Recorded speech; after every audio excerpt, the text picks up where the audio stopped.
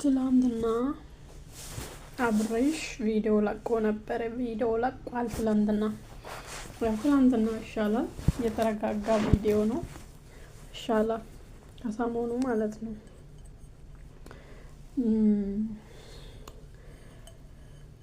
ምን አለ አብርሃም አሁንም ያው ጥፋት እንደሌለ ነው የሚያስበው ማለት ነው። ጥፋት እንደሌለ በፍጹም ጥፋት እንዳላጠፋ ምናምን ሁል ጊዜ ጥፋተኛ አይደለም ብሎ የሚያስብ ሰው ደግሞ እንትን ችግሩም ጥፋቱም ሊገባ አይችልም ማለት ነው። በፍጹም ሊገባ አይችልም። ጥፋት እንዳላጠፋ ነው የሚያወራው ማለት ነው። ትላንትና እኔ የተረዳሁት እሱን ነው።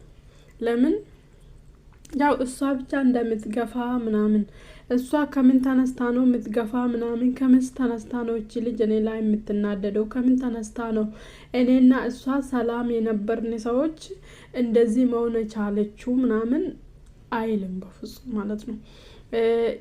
ያለፈ ሁል ጊዜ ያለፈን ተው ነው ያለፈን ተው ነው።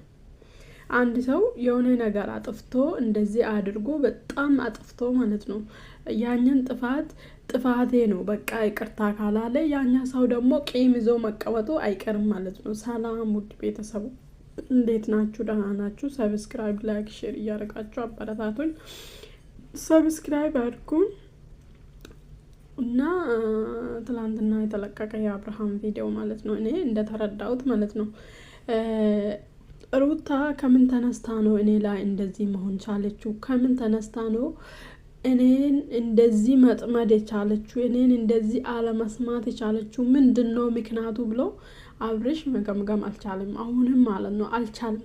አንድ ሰው ደግሞ ጥፋቱን ካላመነ ጥፋቱን ከልብ አምኖ ይቅርታ ካልጠየቀ ይሄን አጥፍቻለሁ፣ ይሄን ስህተት ነበር፣ እንደዚህ ማድረጌ ስህተት ነበር ብሎ ይቅርታ ካልጠየቀ የሆነ ሰው ደግሞ ቂም ይዞ መቀመጡ አይቀርም። ብታረቁም ያኛ ቂም ልብ ውስጥ ካለ ነገ ያኛ ቂም ሳያቅ ነው የሚያወጣ ያኛ ሰው ማለት ቂም ይዞ ሲቀመጥ ያኛው ነው እንትን የሚያነሳ ማለት ነው። አሁን ሰላም አውርደን ነበረ ከወለደች በኋላ ሁሉም ነገር ሰላም ሆኖ ነበረ። ግን አስበው ሰላም አልሆነም። ሰላም ሆኖ ከላይ ነበረ። እሷ ቂሙን ይዛ ቁጭ አለችው። እሱ ያኛን ቂም አላጠፋም። በይቅርታ በቃ ይሄን አጥፍቻለሁ፣ እንደዚህ ያደረኩሽን ሁሉ በጣም ይቅርታ፣ እንደዚህ ማድረግ አልነበርኩም፣ እንደዚህ አይሆንም፣ በይልክም ተነሳስቼ ደግሞ አለማወቅም ተነሳስቼ እንደዚህ ያደረኩሽና ያንን ነገር ይቅርታ ብሎ ቢያልፍ እቺ ልጅ በየቀኑ አንተ ያደረኩ ነገር እኮ አረሳም አትልም ማለት ነው። ለምን በአንድና በመጨረሻ በይቅርታ ከልባ ታጠፋለች። ግን እሱ ዝም ብሎ ማለት ነው ምንም ነገር እንዳልተፈጠረ ያኛውን ነገር እዛ አስቀምጦ ወደዚህ ይመጣ ስል እሷ ቂም ይዛለች። ያን ቂም ይዞ የሚቀመጥ ሰው ደግሞ መቼ እንደሚወጣ አታውቁም። ወዳችሁ ሳይሆን ያኛን ቂም በቃ በየሆነ ነገር ስናገረው እንደዚህ ነበርክ ማለት አትቀርም ማለት ነው፣ አይቀርም።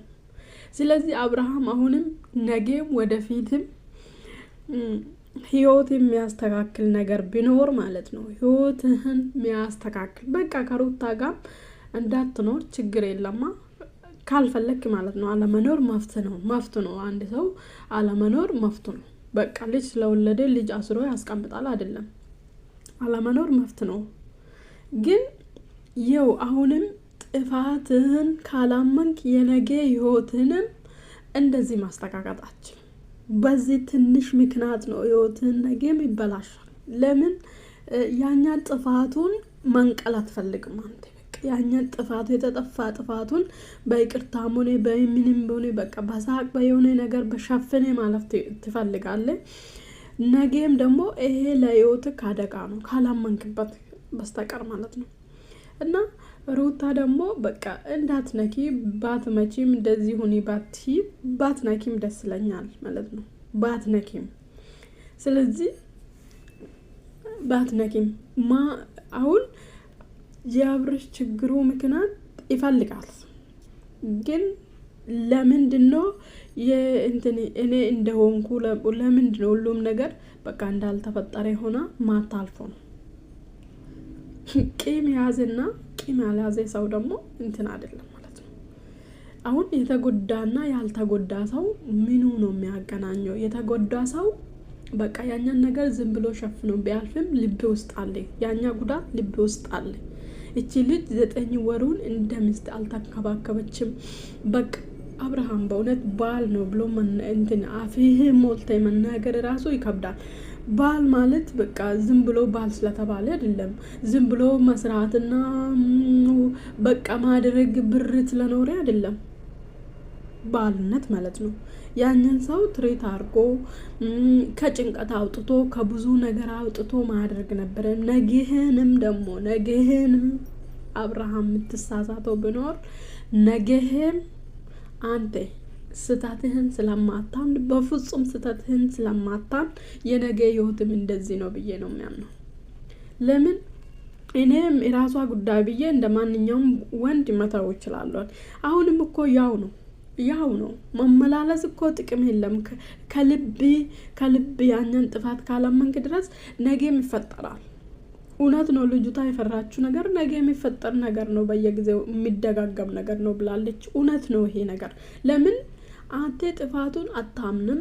ጥፋተኛ ነኝ ብለህ ያኛን ነገር በይቅርታ መንቀል አልፈልግም፣ ከልብን አታደርግም።